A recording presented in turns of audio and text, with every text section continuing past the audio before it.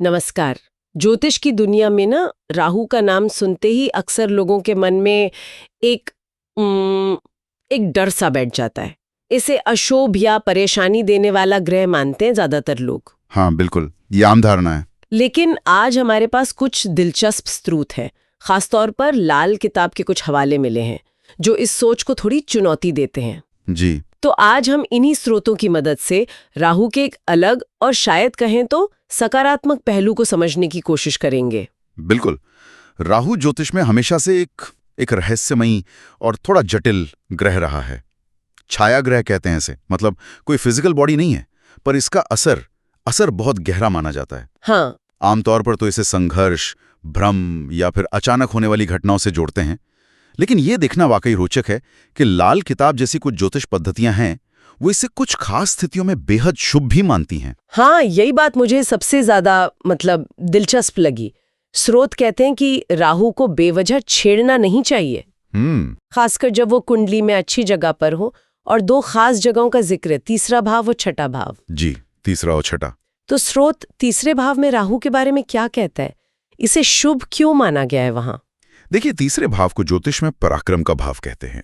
छोटे भाई बहन, छोटी यात्राएं, आपका कम्युनिकेशन, ये सब। हाँ। लाल किताब की एक बहुत अच्छी उपमा है इसके लिए। वो कहती है कि तीसरे भाव में राहु बंद हाथ में बंदूक लिए खड़े पहरेदार जैसा है। अरे बंदूक वाला पहरेदार? जी। सोचिए, एक ऐसा गार्ड जो आपकी सुरक्षा में तैनात है, हथियार भी उसके पास लेकिन छुपा हुआ। अच्छा।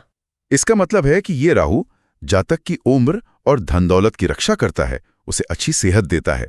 यहां तक कि स्रोत ये भी इशारा करते हैं कि विदेश यात्रा या वहां बसने में भी राहु मददगार हो सकता है। विदेश यात्रा में भी? ये तो वाकई शक्तिशाली छवि है। ये सामान्य ज्योतिष की धारणा से तो काफी अलग है। हाँ, है तो। तीसरे भाव में क्रूर ग्रहों को अच्छा तो मानते हैं, पर इस तरह की सुरक्षा वाली बात कम सुनने को मिलती है। हाँ, देखिए, परंपरागत ज्योतिष में भी तीसरे, छठे और 11वें भाव में पाप ग्रहों जैसे राहु, शनि, मंगल, इनको शुभ माना जाता है, क्योंकि ये भाव थोड़े संघर्ष और चुनौतियों के भी होते हैं ना। और ये ग्रह उन चुनौतियों से लड़ने की ताकत देते हैं। हाँ, सही।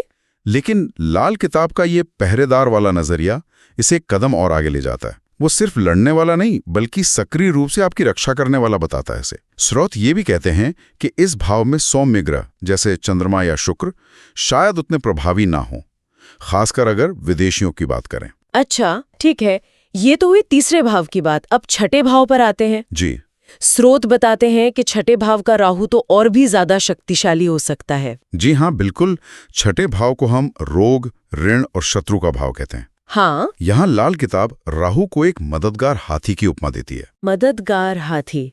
अरे वाह। हाँ, एक ऐसा शक्तिशाली साथी जो बड़ी से बड़ी मुसीबत को भी रास्ते से हटा दे।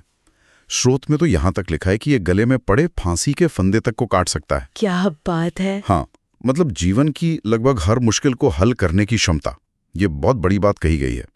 इसे हर मुश्किल की गांठ खोलने वाला या रस्सी काटने वाला कहा गया है। मददगार हाथी और फांसी का फंदा काटने वाला, ये तो कमाल की बातें हैं। क्या स्रोत इसके लिए कोई खास उपाय भी बताते हैं? हाँ, एक बहुत सरल सा उपाय बताया है। छठे भाव में राहु की शुभता बढ़ाने के लिए शीशे की एक छोटी सी ठोस गोली पास रखने की सलाह दी गई है। अच्छा, शीशे की गोली? जी।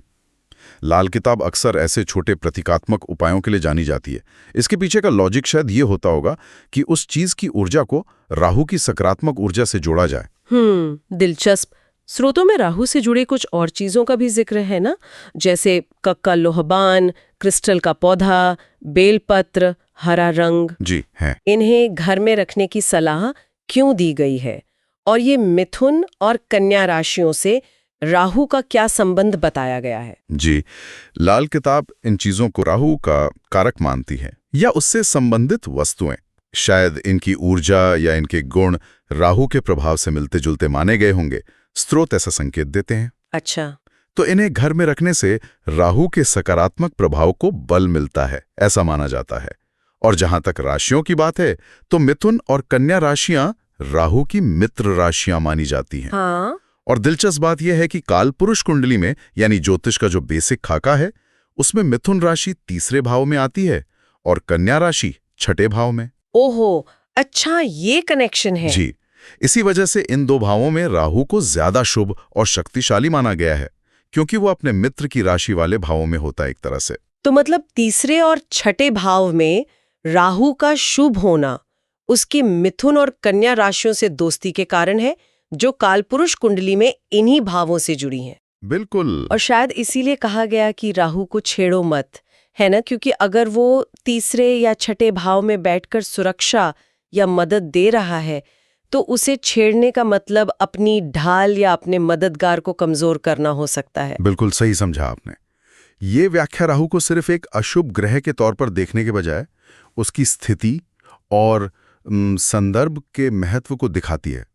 लाल किताब का नजरिया हमें ग्रहों को समझने का एक वैकल्पिक और काफी गहरा तरीका देता है। तो कुल मिलाकर आज की चर्चा का सार ये निकलता है कि ज्योतिष में जिसे अक्सर विलेन समझा जाता है वो राहु लाल किताब जैसी व्याख्याओं के अनुसार कुंडली के तीसरे और छठे भाव में एक अनएक्सपेक्टेड हीरो साबित हो सकता है। हाँ बिल्कुल। एक रक्षक, पहरेदार या मुश्किलों को हरने वाला मददगार हाथी।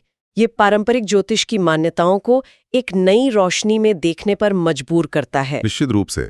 और ये हमें सोचने पर भी मजबूर करता है ना कि क्या ज्योतिषी प्रभावों को हमेशा अच्छा या बुरा मतलब ऐसे खांचों में बांटना जरूरी है, या फिर इस तरह की जो सूक्ष्म व्याख्याएं हैं जैसे राहु का तीसरे या छठे भाव में रक्षक बन जाना, ये हमें जीवन की चुनौतियों और उनसे निपटने के तरीकों को शायद ज्यादा गहराई से समझने में मदद कर सकती हैं।